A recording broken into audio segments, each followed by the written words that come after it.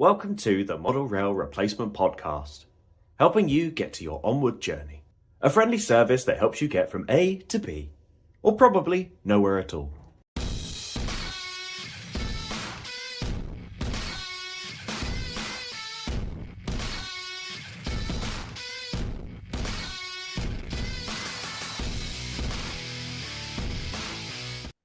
Hello and welcome to another episode of the Model Rail Replacement Podcast. This is, I think, episode 6 off the top of my head? We've done so many now, I can't keep count. Yeah, I mean, we've got so many episodes under our belt. We're basically royalty. So I am James, and that voice you heard there was Sam. Hello, Sam. How are you? I'm wonderful. How are you? I'm not too bad. I've been battling through the night shifts this week, but the fatigue is catching up a little bit with me as it always does. But otherwise, I'm well. Last week, I got my brand new bridge from Bunter's Yard. Bunter's Yard has scratch built a bridge for me for this particular scenic section. Now it's 90 centimeters long, and he's done an absolutely fantastic job on it. Now, over the last week or so, I've basically been rushing to assemble it, put it together, and get it put on the layout so I can start building all the scenics around it. And as of today, I have dropper wires or feeder wires added to the track, so I can now run trains across the 6-foot board as I so wish. And it looks beautiful. I'm really, really happy with it. So I'm very positive because I've effectively started more sections of my new layout. I was going to say, that sounds very cool. I have seen photos of the bridge, and kudos to Bunter's Yard. That bridge looks fantastic. And then obviously with your painting and weathering skills, it looks superb now. So I can't wait to see the scenery around it. I know you're dreading the amount of resin required, the water. Yeah, there's going to be a lot of resin, and I've a little insight into the upcoming of this episode. We do talk about resin a little bit, and I'm genuinely scared thanks to the conversation that we have later on in the episode. I think we put the wheelies up you, so to say. Cool. You didn't actually say what you've been up to, which is obviously. I know you said. I know. I was about to move on to the next bit. I was like, you don't care really about me. Quick, get in there before he unfriends you. Yeah, me. I've also been progressing with the layout this week, and if you people, as I said, I've done my Fiddle Yard Part 2 video, and if people watch that, they'll know that I've sort of decided to take a break from finishing the Fiddle Yard completely, just because I'm having a few issues with point motors, and I don't want to be disheartened and lose interest by trying to solve that issue. So I'm going to come back to that later, and I've moved on to the more fun part of the scenic boards. So I'm currently what were just flat top boards originally installed. I'm now taking the tops off, adding a few more bits of extra wood, and the ground is raising up in the air. So I'm going to have open top base boards, and the deck for the East Coast mainline section is currently being installed. So that's my thing. Yeah, it's very exciting because sort of but it has that temptation to rush it now because it's almost there to run a train around the room. So I've sort of got to be patient with it because I've done this before. I've sort of rushed it and the woodwork hasn't been great, and then you get your running trouble and your curves are too sharp and stuff like that, and it just sort of, again, you get disheartened and disinterested because it all went wrong. So I'm taking my time, and hopefully I'm sort of aiming for the end of May to have a couple of trains running around, but we'll see on that one. But yeah, here's a real key question for you. What's the first train you're going to run around it when it's finished? Oh, I don't know. That's a good question. Because I've got those Cavalax 56s. I don't know if you heard about them. People liked them. They sound like they're good models. I haven't ran mine. So I have been waiting to run them round because I think they look fantastic. But also, I suspect by the time I have the loops down, my quite large order of Class 66s may arrive from a Cura scale as well. So then it's a real tough choice. I don't know. I'm gonna have to think about that one. I'm not sure what should make the maiden voyage. I'm just looking at my. Do you know what? I might do my Network Southeast Class 101 with sound. Nice, because I love that model. It's is that the Bachmann one? Yes, yeah. It was the model. It was the one that they did with sound and passengers fitted at a time when pricing was reasonable because it still has the price on the side of it. I think I paid Yeah, £269, and that was before they gave me the 15% discount. So yeah, that's what I've been up to this week. Shall we move on to the news? Yes, let's talk about the biggest news before we start that. Recently, it's been pointed out to Sam that the current logo that we use resembles a gentleman's area and what may come from it. If you drop a tin of paint, Yeah, yes. I had to admit to Sam that I was already fully aware of what it looked like when I made it. It's just the app I was using is absolute crud. And I tried to revert the colours and it crashed on me. And it was like midnight. And I went, no, that'll do. No one to know. But unfortunately, someone had spotted it. So, with that in mind, HR called me in again. I had to explain myself. And I was tasked with the job of correcting my mistake. And we have a new logo. From now on, you should see our brand new logo.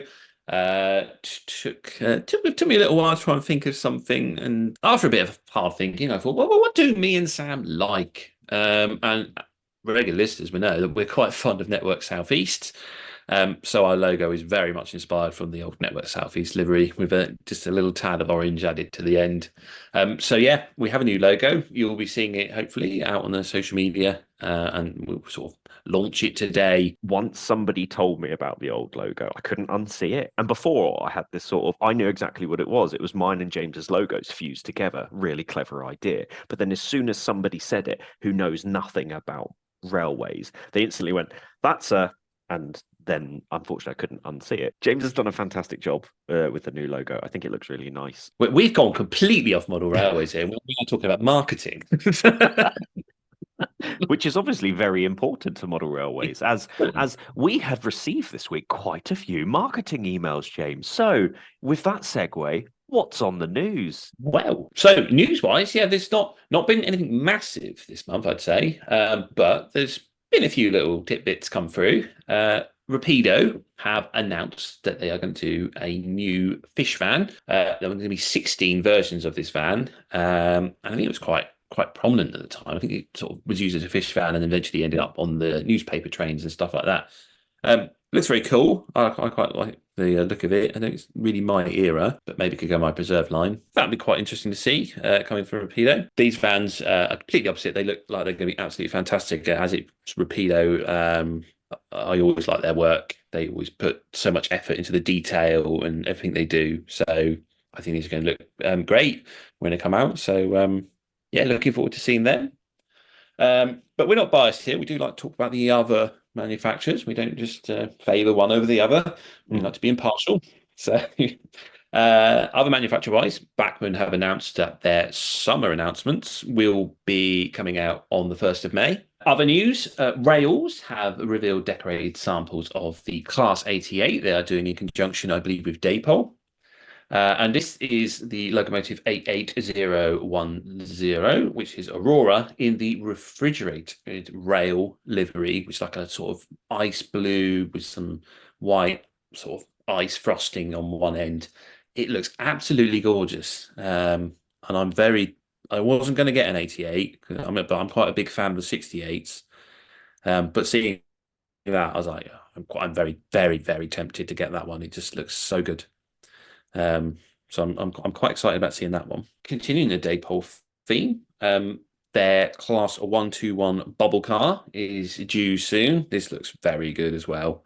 This is the O gauge one, isn't it? It is. It's the O gauge one. They look great. I mean, I love bubble cars. They look really good. And again, we'll continue with the O gauge temptation theme that seems to be the main story arc through our podcasts. They've got quite a few liveries on the looks of things. So BR Green, there's Network Southeast and the revised, BR Green with speed whiskers, there's blue and grey, and the blue one as well, Network Southeast Route Learner. So there's a few coming out.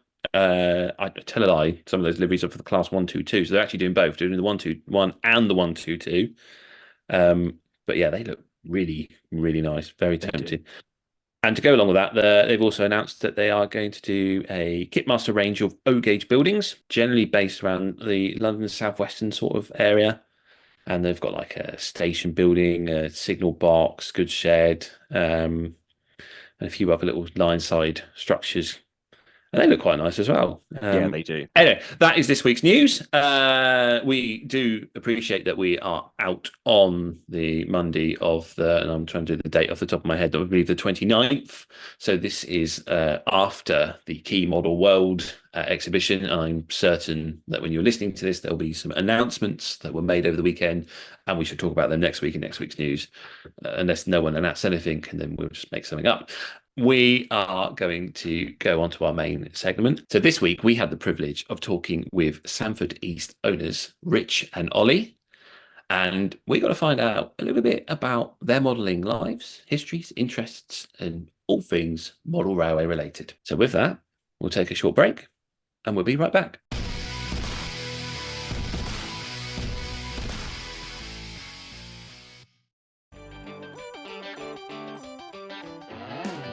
Look at that! You see that there? The super shiny diesel loco that's coming this way. Yeah, I see it. Isn't it beautiful? So fresh, so clean, like it's straight out of the box. I mean, yeah, it's nice, but I prefer it to have a used look to it. In an ideal world, that would be nice. But I'm sure the owner doesn't have the confidence, skill or time to undertake such a job. Then why don't they just send it to Emperor's Path? Emperor's Path? Yeah. SBJ has years of experience in model railways and wargaming, the ability to meet your weathering needs, and works with you during the whole process to ensure the project is how you want it, not like it's come through a factory. Come on, that must cost a fortune. Not really. He offers different levels of weathering at really affordable prices. I've got my whole fleet weathered by him. My loco's got the full treatment, whilst my rolling stock just a dusting with the airbrush, and it looks really authentic. I might just get a quote. How do I contact him? You get him on Instagram at emperors_path, by Facebook, Emperor's Path, or emperorspathcontact@gmail.com. Emperor's Path Weathering. If it's not filthy, let's change that.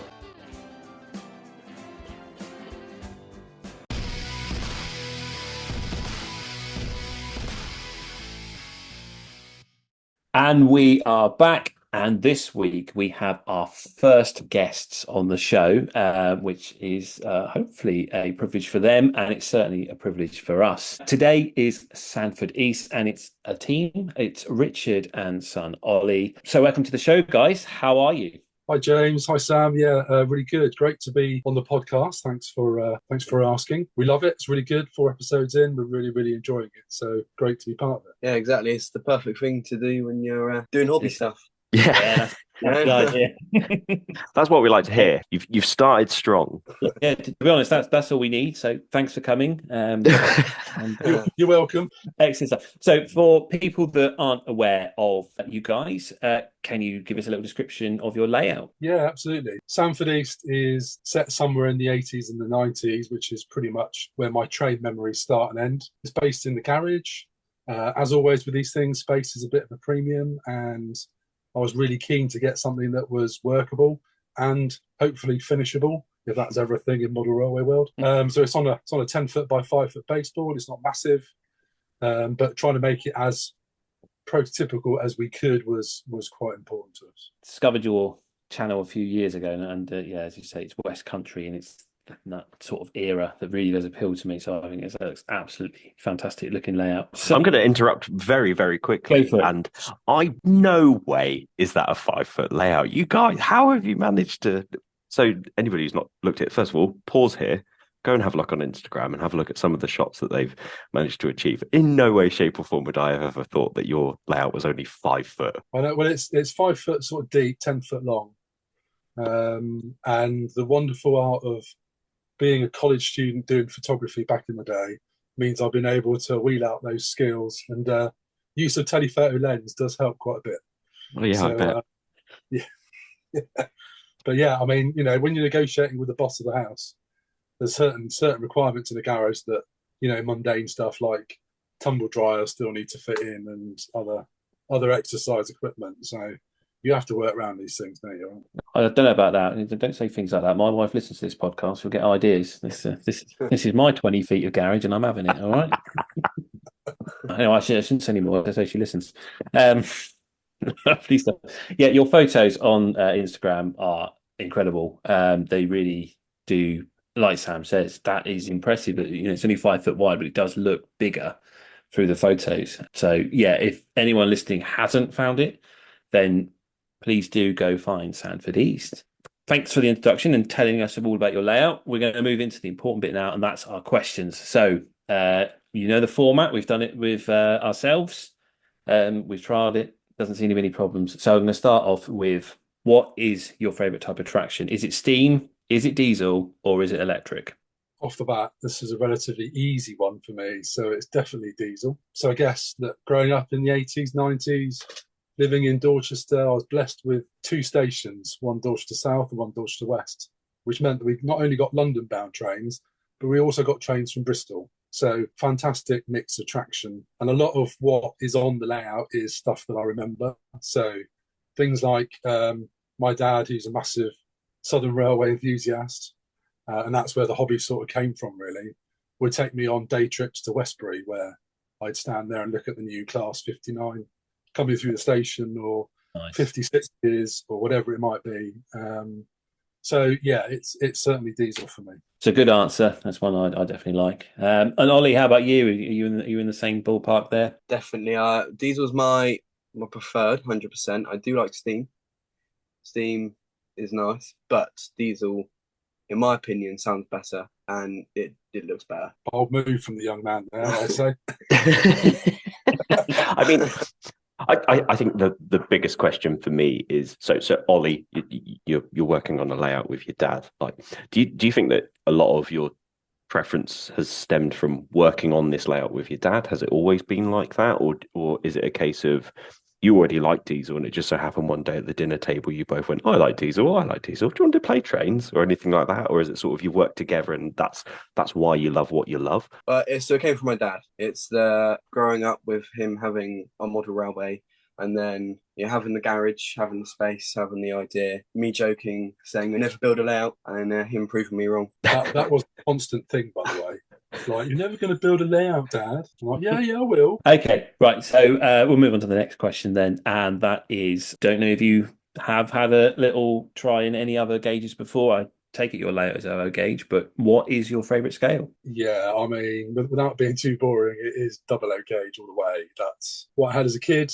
It's not too small for my failing eyesight, and it's not too big, and fits just right in the space that we've got. That said, if I had the money, I would definitely consider O gauge. To have an O gauge, unrevised, NSE, weathered, Class 50, somewhere in the garage would be amazing. So I'm always in awe of those things. You're in good company for that. Definitely. I think we can all be agreed on that one. But I wouldn't balance it on a fence post like I did at the engine shed. Small disclaimer for anyone listening. Today just so happens to be the day after Gagemaster decided to post a video of their brand new Class 73, is it Pullman, Brighton Bell, liveried loco on a fence post. And then today they did the exact same thing, but then they did it with the double O gauge model and the N gauge model. So that's why it's the talking point today, because it's I think everyone's talking about it. Quite the daring thing to do with that O gauge model. I think it gave a few people anxiety, didn't it? Ollie, same question to you. What is your favourite scale? Well, just like Dad, it's double O. I mean, as I said in the other question, it's what I grew up with. That being said, but I have experimented before with 009. I have Bachmann's Scarloey. I don't really use it. It sits on the shelf and it will just be there. And I've also experimented with G scale as well. If you look close, if you look far enough on Instagram, I'm sure you'll see a few videos of it outside. Okay, cool. G scale. That's it's always an interesting one. I see it at exhibitions, but I never had the privilege of seeing it in gardens and that. So that's got to be a fun one to play with, I'd imagine. I'm just asking to sort of clarify. So you're both happy to say that 00 is your favourite scale? If you're going to pin us down, 00 is our favourite scale. Yeah. Cool. Right then, let's move on to, what is your favourite loco that you own? So, favourite loco that I own. This harks back to 13-year-old me in '89, standing on Dorchester West Station, summer holidays, normally about 11:30 in the morning and just after 5. in the afternoon when the bucket and spade trains would come from Cardiff to Weymouth and back. And the haulage on the front of that was always a 37.4. In particular, there was 4 of them, which was 408, 407, 427 and 428. But my personal favourite is 37427 in large logo livery named Bontu Burmo, which I have the model of done by Bachmann.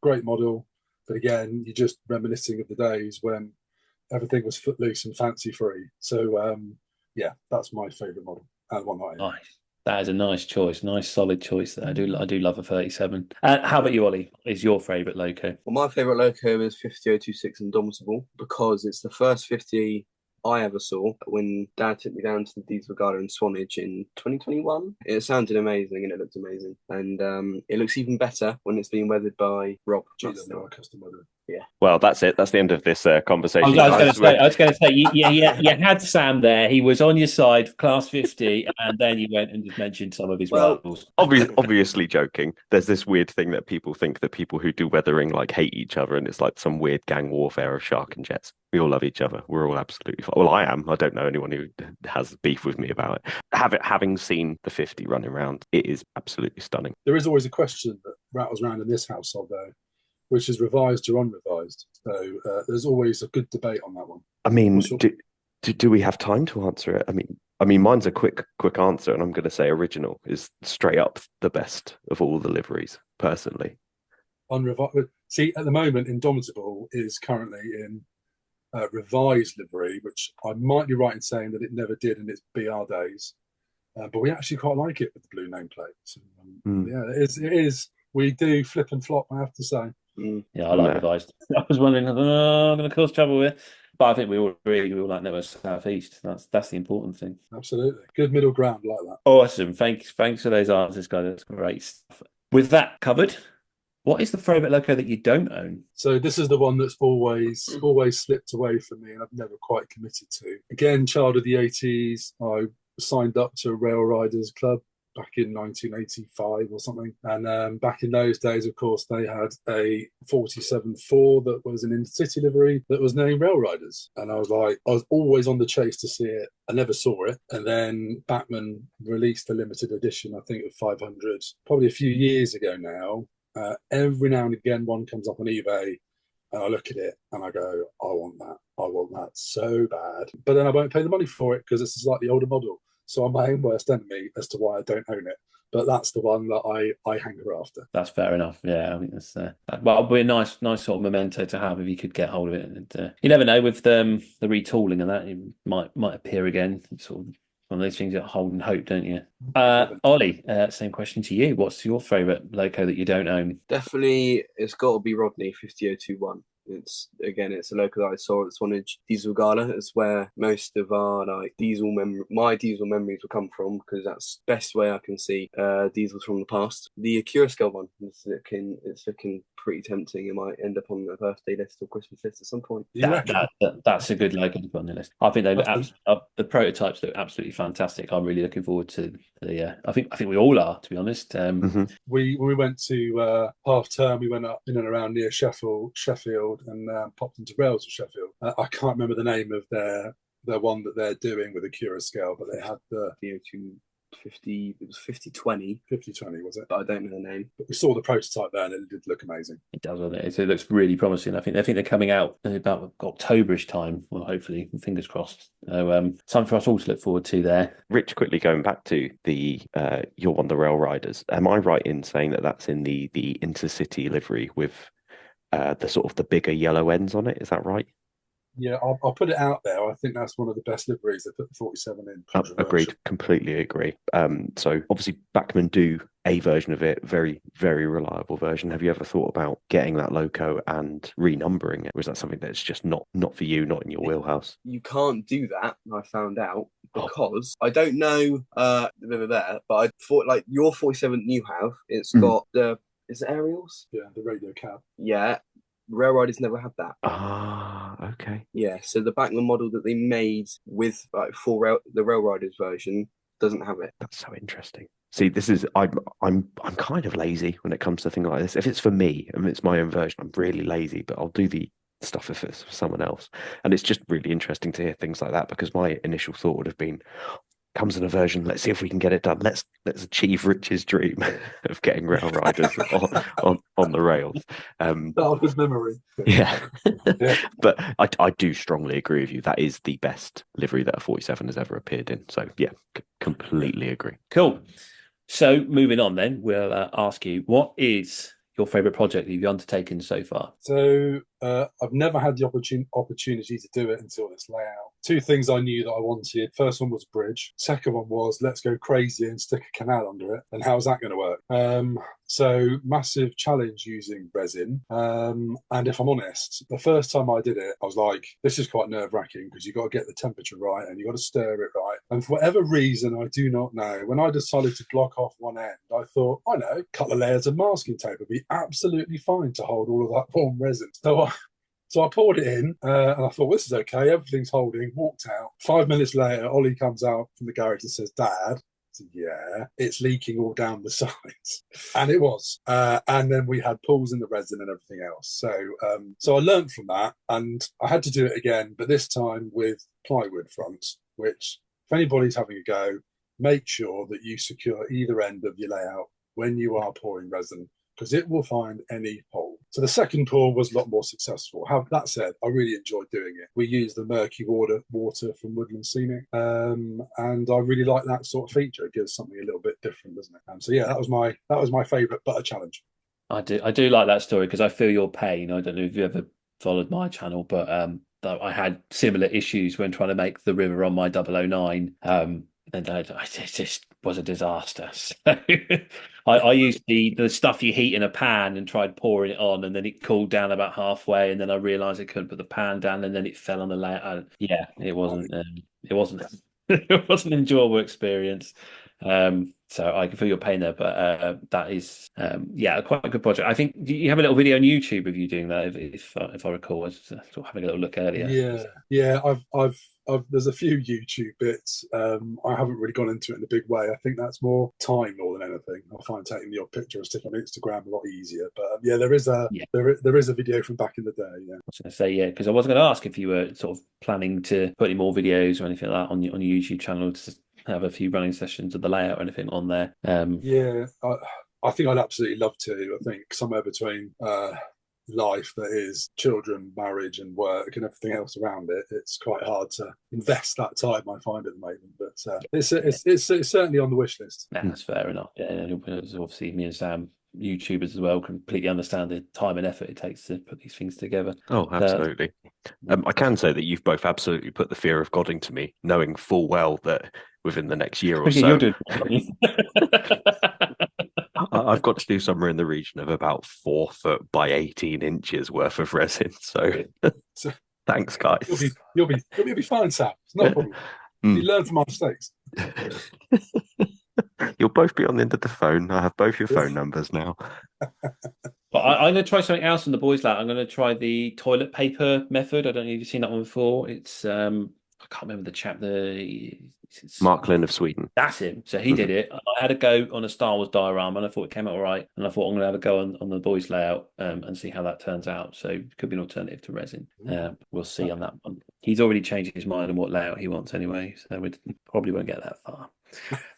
Ollie, same question to you then. What is your favourite project you've undertaken? Well, definitely the updated bridge. I guess that's what you could say. We had a resin one before. It was a bit tight on either sides, and we couldn't run like the HST. We couldn't run the Mark IIIs on the fourth line because it would rub on the bridge, and it will make it, it will damage the product. So we had to change that. So we did, and the new bridge came in, and I enjoyed doing it. Making the little odd suggestions to Dad. Yeah, because he's definitely the main person. Is this the one where you stuck a photo for the DMU going across and sort of suggested like as another line there? Is that the bridge? That's the bridge. That does look quite good, but that also looks like a whole can of worms, because it looks like once you've put that bridge in and you've got that possible disused line, the next thing you know, there's a branch line being added on. And I think we should actually just rewind here a little bit and ask Ollie what the real reason was why we had to replace the bridge. It was the real Oh, reason yeah. behind it. Oh, here we Right. go. Here comes So- the dirt. Exclusive, you heard it here first. Christmas like last year, Yeah, this or year, the last Christmas. I was lucky enough to get a class 90. Yeah, class 90, and No. pentagraph didn't go under, so we had to change that. So there was enough room for the pentagraph to go under and not come out snap. So that's the real reason why we had to change the entire. I mean, Love the bridge project does look outstanding. Like the does. finished, it's obviously nice having hobby friends who you constantly like talk to and like photos, video share, and all that sort of stuff. I've never ever envied you guys so much as when I saw that bridge project finished, and I was like, oh, you absolutely. It just looks so fantastic, and you've done a really good job of where you've effectively carried on the scenery a little bit afterwards, and it really brings it to life. And I think it's just a really outstanding, very scenically beautiful area on a layout that was already outstanding, and you've just sort of, I'm just going to put a bridge in. Next thing you know, I'm just sat there like anger liking the photo. Something about a train going over a bridge over a railway line, isn't there? I think that's sort of everyone's kind of goal for a model railway. I think that's definitely what I want on mine anyway. Well, if I'm honest, that we didn't really consider that. And what I like about the power of social media is that we then put out, what should we do? Should we have a road bridge or should we have a rail bridge? And the good followers of Sandford East decided that a rail bridge would be good, and we went with it. Yeah, I think it turned out okay. Yeah, definitely did. I totally agree with that. And the right choice by your followers, I'd say. Absolutely. Cool. So what is your next hobby purchase? Well, there's sort of two. Is that okay to do two? Yeah, go for it. So they're both by Accurascale. So we're waiting for the Mark II Cs, which are due out obviously the back end of this year, to go with the 2Bs, which will be lovely behind the 50s. The thing I'm really excited about, it is a Class 50 by Accurascale, but it is 50149 Defiance. Just because I always liked seeing it, and it's going to go beautifully behind the rake of CDAs that we have. Really appropriate just for the West Country. So those are my two. So quite excited about it. That does sound good. Yeah, I look forward to seeing the photos of that. I think they're quite wonderful in your layout. And Ollie, what's in the pipeline for you? My next purchase is going to be pretty boring. It's not going to be as extravagant as Dad's. But when we went to Sheffield, when we popped into Rail to Sheffield, I saw for sale 45060. It looked really nice, so I had enough money, so I thought I got to get that. But the windscreen wipers. So one of the windscreen wipers has fallen off. So that's definitely something I need to find and replace.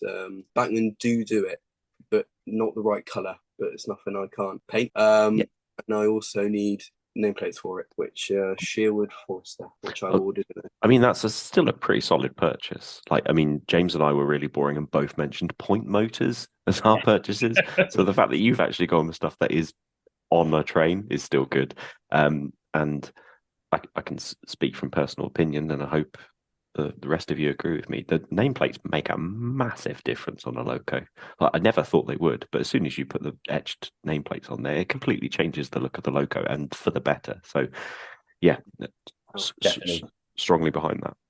Yeah, definitely. But the nameplates, especially when you got that subtle bit of weathering of like the streaking just off the edges of them, and it really does give that sort of final finish. And I do like the choice of the Class 45 as well as a purchase. I love a peak. Because I'm not certain I did see them, but I was old enough for when I was about 4 that my granddad used to take us to Midland Main Line, and we used to see the trains go by, and it was just in their final years. So I like to think I definitely saw one, but I can't be certain because I can't remember. they're great logos, so awesome choice there. Excellent answers. Okay, we'll move on to our next question then, which is, what is your favourite part of the hobby? In all honesty, I live in a world of good is good enough when it comes to model railwaying. You won't find any significant detail stuff in terms of what we do. As long as it looks and feels right, it's okay, with the one exception, which is the laying of the track. That's the one thing that I get a bit possessive over and needs to be right. So that's the bit that I enjoy doing, looking down the lines, getting the right curves in, making sure it looks good. And I've had countless issues in the past where I'm just like, no, I'm just going to bang this down and crack on. And then you have trouble later down the line with running of locos. And although the garage that it's in is integral to the house, it was quite important that we do have some level of expansion gaps just in case, especially on a Friday evening when it's washing day and the old tumble dryer's on full pelt. It gets a bit warm. So there's that. I imagine it sort of feels sometimes like Florida in your layout room. Well, it's okay in the winter, and it's all right when it's really warm because we can whip up the garage door and life's generally okay. But the in-betweeny days, yeah, it can get a bit fruity in there. So No Metcalf kits then. well, we do have one Metcalf kit actually. Oh, do you? Yeah. Oh, okay. Yeah. The warehouse at the back of the layout is Metcalf. Oh, okay. Oh yeah, you do. Yeah. Cool. Oh, that's yeah. I like that. Track lane that's still a bit of a dark art to me. I still tend to mess things up, just not get it right. So I'm quite envious of that, of nice, smooth running track. That's I mean that's the goal for mine, but we'll see. Anyway. Well, I find the old flexi track makes that a bit easier. Yeah. But what I didn't enjoy was connecting. Because of the 5 foot depth, you're having to use second and third radius curves. So leading around into the fiddle yard, some of that is set track, and connecting then flexi to set track. That was a bit frustrating at times, but I had to hide as much as I could in the fiddle yard, so it's fine. Yeah, I can imagine, because I suppose you've got the rigidity of the set track and trying to get the flexi track to line up to it. That's got to be a bit awkward. Yeah, making it look half decent, not like an awkward egg, was quite a challenge. Yeah, but as I say, in the photos it looks very good. So it looks like the hard work is paid off. Awesome. And Ollie, same to you then. What do you enjoy most about this hobby? I like being able to see your own work. So like I can go out in the kitchen, put some detailing on the front of a loco, like a 50 or something, and put it back on. I can look at it forever and go, I've done that. And it looks nice. And, the same with nameplates and just any little thing like the greenhouse there next to the church. Inside that's like little plants that, look like there's something growing in there. And it's small little details, but it's something that's just big for me because you can see, I can tell myself I've done that and I can, do it again sort of thing. Yeah. That's like a really key part as well, is you don't necessarily, if people notice it on Instagram, like that's really great, but it's the fact that you've done it and you can just sit back. And I don't know what it's like in terms of sitting positions for you guys in the garage, but I imagine the ability to just sort of sit there, watch your locos go round and go, I did that. That looks 10 times better because I did X, Y, and Z. And I think Sandford East especially has so many little pockets of all of these amazing areas that actually have such, I think it's a Dorset thing, because I think the same can be said about Dib's shunting layout as well. There's so many little details that are around that layout. And I say the same about your layout. It's like you could pan the camera and zoom in on a particular thing and look around, and there's so many little tiny details that you guys have done that just pop. And I think it's a fantastic thing to have, followed by the fact that you've got a loco that you've just done all of this amazing detailing and just sort of swans past as well. And it's like, this is outstanding. So yeah, congrats. I mean, I'll say that Ollie is the detail man. I'm like, is the track down? Yes, tick. Is there a station? Yes, tick. Is there maybe a canal in? Yes, tick. And then I run trains, and Ollie's like, well, Dad, I think we need to have a look out. We need to get this. So like the lighting is a great example. So when we went to a model shop in Poole in Dorset, Ollie said, we need to get the lighting, Dad. And I'm like, yeah, let's get the lighting. And then it probably took 9 months of nagging and a wet Saturday afternoon for me to actually get my finger out and do something about it. But he'll see and visualise that stuff. I won't so much. So fair play to him. No, that's good. That's the kind of teamwork that your layout needs, isn't it? It's that fresh pair of eyes and looking at it from a different angle. And I like that. I think that's nice that you can all come together and bring this great final product out of it. Right then, not that we're suggesting that you tear your layout up right now, but if you were to create a new layout, what is the one thing that you would want on it? So for me, in the term of Dorset, is a proper diesel depot, because we don't really have one. We have something that looks sort of vaguely like you park your diesel up and get fuel in it, but it's not one with hard standing. And having visited West Hill Wagon Works and got a thorough education in terms of what they do, Some of their diesel depot stuff is just phenomenal, and I think if I was going to do it again, I'd have to have that in full effect, because it makes just such a difference and just looks great. And I'm always envious of seeing people's depots and how that looks. Like when I look at Garreton Parkways, it just looks phenomenal, and it's very photographic as well. So yeah, that's would be on my wish list. Garreton Parkway. I do love his depot that he's got on there, and I totally get you with the West Hill Wagon Works. I bought a few bits when I was having a go at the TT gauge depot, and the stuff you can get to go in there, all those little details like the filing cabinets with the drawers open and the tables and the welding trolley. It's just brilliant, isn't it? So that's an excellent choice. Ollie, if you were to start a project, then what would you have to have on your layout? Well, I do like the look of, I think the best way to describe it is brick arches. I don't know, there's a different name for it there. If you look, because again, linking back to Sheffield, when we went to Leeds Station, when it's going up to York, isn't it, that way? Yeah. There's all those arches and they look beautiful. I mean, and then you can't really see them from a distance, unfortunately, because, you everything around it. But I looked at it and I loved it, and it's something that, if I have a layout when I'm older, it might be something that I do, maybe some photograph too.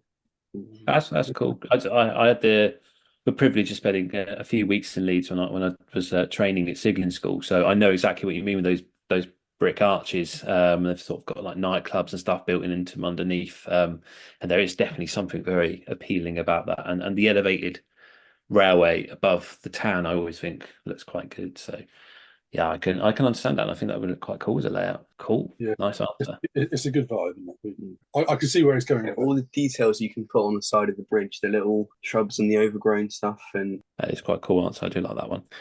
What is the one hobby item you'd encourage everyone to buy? So, just for clarity, I'm not affiliated to Halfords in any way, but the one thing that I cannot do without, as much as I have to have butter on my toast, is Halfords Ultra Matte Brown Camouflage paint. So it covers everything and does everything in my world. So the ballast gets covered in Ultra Matte Brown paint with a little bit of grey primer on it. If I need to weather anything quickly, close your ears, Sam. If I need to weather anything quickly, it gets a smash of Ultra Matte Brown paint. It just is good and dries so quickly, and does a good enough job for me to think, yes, I'm happy with that. So that would be the one thing I'd encourage anybody to go and have a purchase of. Nice. I've googled it. It's going in my basket on payday. I'm gonna give it a go. Yeah, I was going to say I might give that a try just to see what it's like. So it's pretty cool. They also do 4 in the range. There's a green that they do that I find really helpful when you've just done your static grass and you think that looks a little bit too bright and you haven't got the different fibres you need. A quick spray of the green dulls life down a little bit. It makes it look borderline weathered around the track edge. It's a marvel. Yeah, it'd be the best £7 you spent. Trust me. Okay. That sounds good. That's it. Yeah, that's some pretty good tips there. I mean, well, thank you for that, Rich. That's Welcome. definitely something to try. Awesome. Ollie, same question to you then. What would you recommend to people out there to purchase? this may sound a bit ridiculous because it's in no way related to the hobby in a sense, but cocktail sticks. They're very helpful because you can say I'm putting a nameplate on the loco. You put a bit of glue on like some plywood. You dip the cocktail stick in, and just a little small amount in the middle of the nameplate that was already on the loco, if you know what I mean. So not the actual nameplate, just a little thin line in between, in the middle, and you stick it on, and it works amazing. And same can be said for putting detail at the front of locos and sticking small little details back on if things fall off. I can vouch for that. As you said that, I'm actually staring at a pack of cocktail sticks on my workbench. So it's I can totally agree. They are such a versatile tool and really useful. Need to be in everyone's modelling kit, I think. So thank you for that answer. That's The a good great news tip. The good news is that the Halfords that's just down the road from me also has a B&M next door, so I'm now stocking up on camouflage spray paint and cocktail sticks so that I can at least try these things. I would never. This sounds so silly. You've said it, and I'm like, yeah, that makes a lot of sense. And I would never have thought of using a cocktail stick. But then you're also talking to the man who currently has 2,000 cotton buds currently sat on the desk next to him. So I mean, it depends. In the eye of the beholder, I guess, is what is the most super useful thing. But I've added both of those to my list because I've not tried them. I'll definitely give them a go. So thanks, boys. All I can say is a word of warning. Don't combine the two, as I did with once a can of spray paint that I couldn't get to spray properly and try to stick a cocktail stick in it to clear it and just end up having the paint explode everywhere. Oh, Jesus. Not recommended. Good to know. Yeah, good Thanks, answers. Don't combine them. Excellent stuff. Cool. So I don't know about you guys. Are you massive exhibition guys? Do you go out to see shows a lot and stuff like that? We don't really. I mean, the Weymouth exhibition we'll go to because it's close. Otherwise, we don't really venture out and do that sort of thing. It's normally the ones that are going on too far away from us and we haven't got the time. Sometimes. Cool. Would you say that you have a favorite exhibition, and also do you have a favorite layout? And as I said to Sam previously, this layout doesn't have to be an exhibition. It can be something on YouTube or Instagram, like the likes of Pending Museum and Miniature Wonderland, whatever is out there. What do you guys like? Yeah, I think as Ollie said, we don't go to loads. We probably should, if I'm honest. That probably needs to be on our list for this year. But Weymouth, or if you Google it, Waybeatha, is where we do like to go. We like to try and keep things local as much as we can. But I think in terms of favourite layout, this is not an exhibition one, but I absolutely love NSE Latchmere because it does all the bits that I don't do on my layout. So being in Dorchester, there is the third line. That sort of came quite late and took over from the 33-1 and 4TCs. But I just love some of the stuff he's got on there. So the weed killing train the other day sent me all unnecessary, and I had to go into a dark room with a flannel to cool down a little bit. The 442 that he has running around, the choice of music, it's just my jam, basically. It's a fantastic looking layout. And I'm envious of the length of trains that he runs. So, fair play to him. It's a good looking layout. It is an excellent layout, and yeah, I totally agree with those 20s. And we were sort of talking about earlier, and the hope that maybe Bachmann might re-release the rail riders. It's those class 20s. I'm hoping will get re-released at some point in that Hunslet livery. Yeah. Because I'd love to model that weed killing train. So yes, I can understand the love for that. Yeah. Awesome stuff. So Ollie, I'll fire the same question to you then. Favorite exhibition, your favorite layout? Well, when we went to Weymouth, Weymouth exhibition, I think it was last year. We saw a layout. I believe it's called Newport Street. Yeah. It's based in the 90s-ish. Sort of 90s, on. Yeah. The locos looks amazing. The way he's detailed it looks amazing as well. Depot layout, wasn't it? Yeah. Hence, it was really nice, and the locos, yeah, they look lovely. It was all EWS and Transrail, I think. So really? I had to step outside of my normal comfort zone, but it was a phenomenal looking thing. And I think the same guy now has done a model of Cardiff Canton, but that looks phenomenal too. So yeah, ticks lots of boxes. Awesome stuff. Do you know what? There's not a lot of that sort of era of the early privatisation layouts, and I think that's quite missing from the exhibition circuit. So that does sound like a very cool layout to have a look at. I'll have to sort of have a look around, see if I can find any footage of it. So thank you for that one. Newport Street, the guy, I don't know, I think the guy's name is Chris, but he's on Instagram as 6500, so that as in the numbers, Chris. So if you have a look on that, you'll see his layout. Awesome stuff.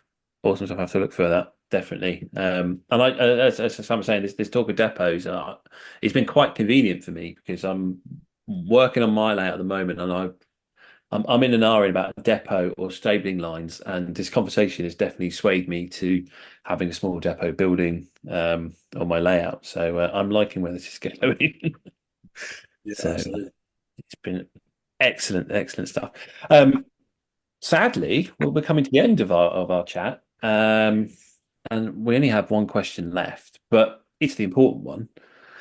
It is, what is your favorite resource out there, social media wise? Is it YouTube or is it Instagram?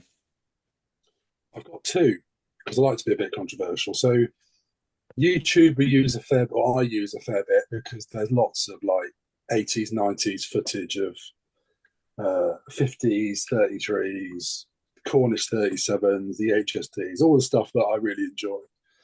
So it's good just to get some random formations in there as well. So you think that never happened. Oh, yes, it did happen. So now I can do something about trying to model that. The other resource, and this guy is insane in his knowledge, is my dad. So he grew up Southern Steam. But if there's ever a query, and it's always great, the bit I really enjoy is when it's, I don't know, it might be Father's Day, Mother's Day, having a barbecue, the three of us. So me, my dad, Anthony, and Ollie, we're in the garage, we talk stuff. If there is a query, we'll ask him. And this guy is a walking railway encyclopedia. He knows. If he doesn't know, he's got something from 1969, a magazine that tells him exactly what it might be. So yeah, he's pretty insane and a massive resource and really useful to have around. That is a curveball I was not expecting. I know you'd hint that you wouldn't quite stick to the format of the answer, but I was not expecting your dad to be an answer. But what a superb answer! I love that. Thank you very much, Rich. That's really love that answer. So same for you, Ollie. Maybe you should go with the same answer as your dad. You know. Okay, so I'm a bit different to Dad. I prefer Instagram because I can be scrolling anytime, walking to school, just sat on my bed, and I can, all the pictures I'll see there, and I can look at the trains on the front where the location is, the whole train. I can go, oh, I've got that, I've got that, I've got that, and I can replicate what I've seen on Instagram. It's definitely a great resource for me because it's many formations that I've made are from pictures from Instagram. Railway books as well. Old railway books can help. They're quite good. I've got a couple that I'll flick through if I'm bored and I go, oh, again, I've got that, I'll make it. That's cool. I really like that. I did, once again, you've both provided answers. I wasn't expecting your dad, but also we never even mentioned the idea of it being a case of, well, let's go back to the basics and pick up the books. Like, despite the fact that James, we've had plenty of conversations where we talk about the fact that, oh, I've got this book. Oh, let me send you a picture of this book so you can have a look at it. So yeah, it makes complete sense. We were heavily biased by just saying Instagram and YouTube when we did our initial question. I've been technologically brainwashed, even though I have an entire bookcase of books I constantly go back to. So yeah, books is a brilliant and such an obvious answer now. It's amazing what we found. Like, we went to the Bluebell Railway last year, and at Horsted Keynes they've got a place where you can just, like, it's a pound donation. But we were finding stuff from like 1990 and 1991 with, as Ollie said, some of the formations that we've got, or aspirations to get a formation like that, because every now and again somebody always likes to point out that what you're running isn't quite correct. And every now and again, we like to point out that what we are running is correct because there's a visual picture of it. So there's, always expect the unexpected, I think. And what I like is that sometimes what you think is correct actually isn't. So it's good to get that mix. Yeah, definitely. I know the shop you're talking about, the Bluebell Railway, as well, because when I went there last October, I did the same thing. I picked up about 5 books, 3 of which were multiple unit books, and then 2 were on Cromptons and rail freight. But yeah, going to bookshops like that at the heritage lines and stuff like that, there's so many things that you can pick up by popping into those, and that is a key resource. I'm going to throw in an extra question just because it has interested me that you've mentioned your dad. So here's the big one. What is the best piece of information that your dad has ever provided you about model railways? That's a good question, Sam. So he's always said to us, basically, sometimes you think it might not be right, but it probably is, and it has happened somewhere. Now, what I like about my dad is I'll say, that never did that. And he will go home, as I've said, and he'll pull out a railway mag from 1975 and he'll show me exactly where that happened. So, yeah, Dad's really liberal in that space, and I love it. And he's got great, not just general knowledge of stuff. Like Ollie bought some tail lamps. Dad could tell him exactly which tail lamps and what years they ran and were used. Like, you just can't buy that stuff, can you? So it's great on the end of WhatsApp or Messenger or whatever. But yeah, Dad was very much, if you think it didn't run, it probably did. So crack on and do it. So That's amazing. Well, that is the end of our questions. And I'd like to thank both Rich and Ollie for coming on the show and sharing their modelling experiences. Thank you very much, guys. It's been an absolute pleasure to talk to you. And if people do want to find you, how can they find your channel? Yeah, look, it's great. Thanks for having us. We really enjoyed the time talking through some of these questions. To find us is quite simple on Instagram or Facebook. It is Sandford East, and the same on YouTube. So if you get on and Google it, you should find us. Awesome. Well, I look forward to seeing that in the future. So thank you very much for joining us. We're going to take a little break now and come out to the end of the show.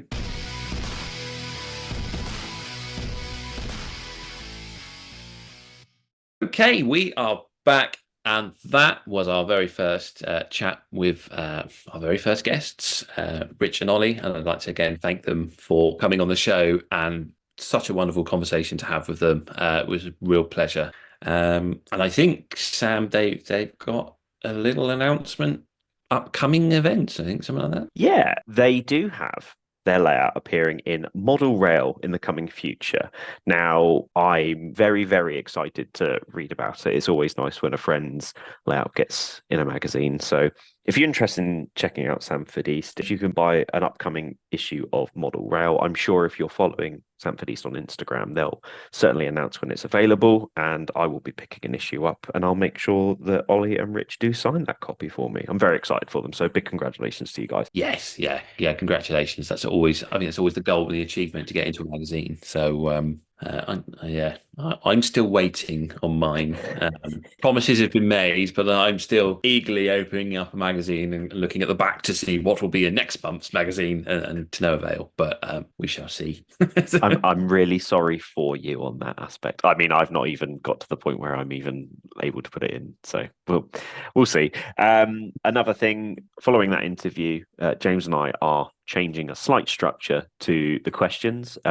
Rich's answer to the final question was so fantastic, and Ollie as well, because Ollie also threw us a curveball with that final question. We will be changing the structure of that final question for the future. So rather than just being Instagram or YouTube, it is going to be, what is your favorite hobby resource, and that can be anything. So thanks, guys. You've shown us that there are other options out there other than Instagram and YouTube, and we can take that forward. So they've managed to.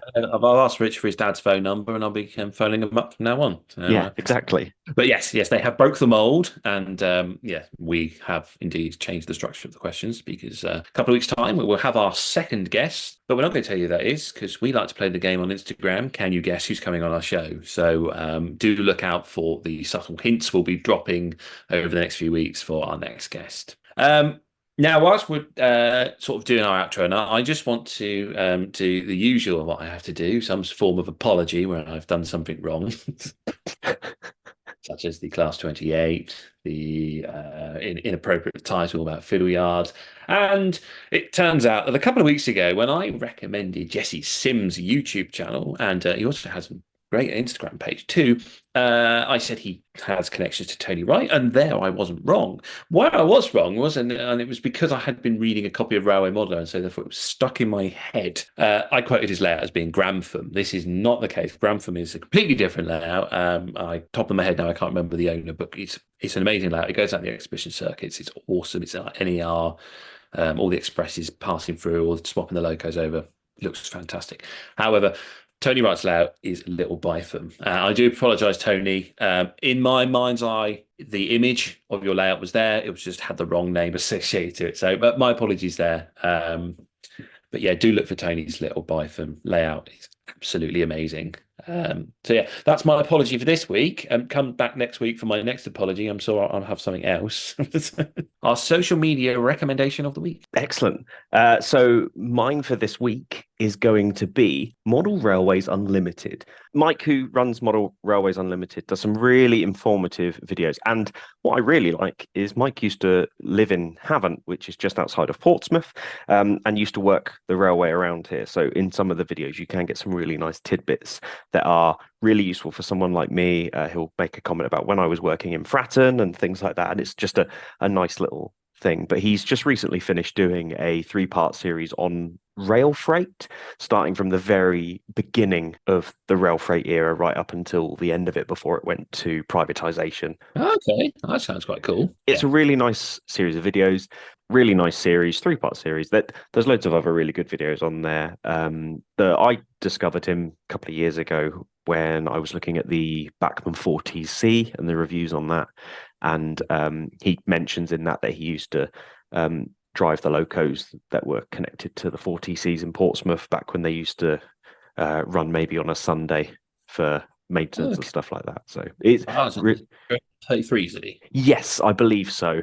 I did comment on one of the videos saying great series, but what I really want to hear is about your time in Portsmouth. If you could do a video based around that, I think he responded with he'd love to do it, but he doesn't have 4 SIGs or 4 VEPs to do the video with. And I was like, yeah, you'd have to remortgage to do that. That's cool. I do love a Class 33. I got to drive one for my 30th birthday, so they have a special place in my heart. Nice. Yes, I even have a 33102 was the one I got to drive, and I have a model of it on my shelf, and that's on that was the never to be sold on eBay pile. It will stay with me. Cool. That sounds awesome. So just for anyone, who's having a frantic look for on YouTube again, what's the name of that channel? It was Model Railways Unlimited. Model Railways Unlimited. Excellent stuff.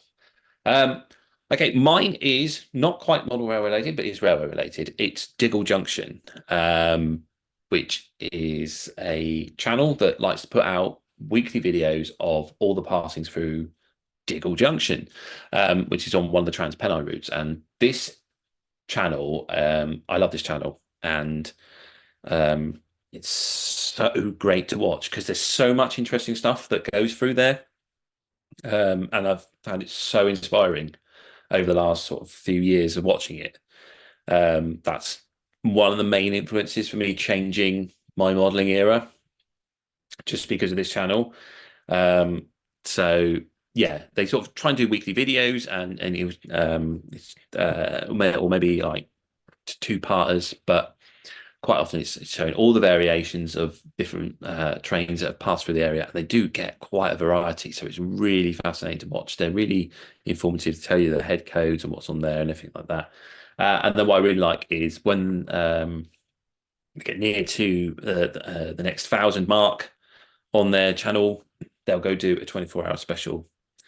And he's done like Eastleigh, spent 24 hours at Eastleigh, 24 hours at Doncaster. I think they did Acton Bridge. They're just great videos. I mean, absolutely mad to be out for 24 hours train spotting.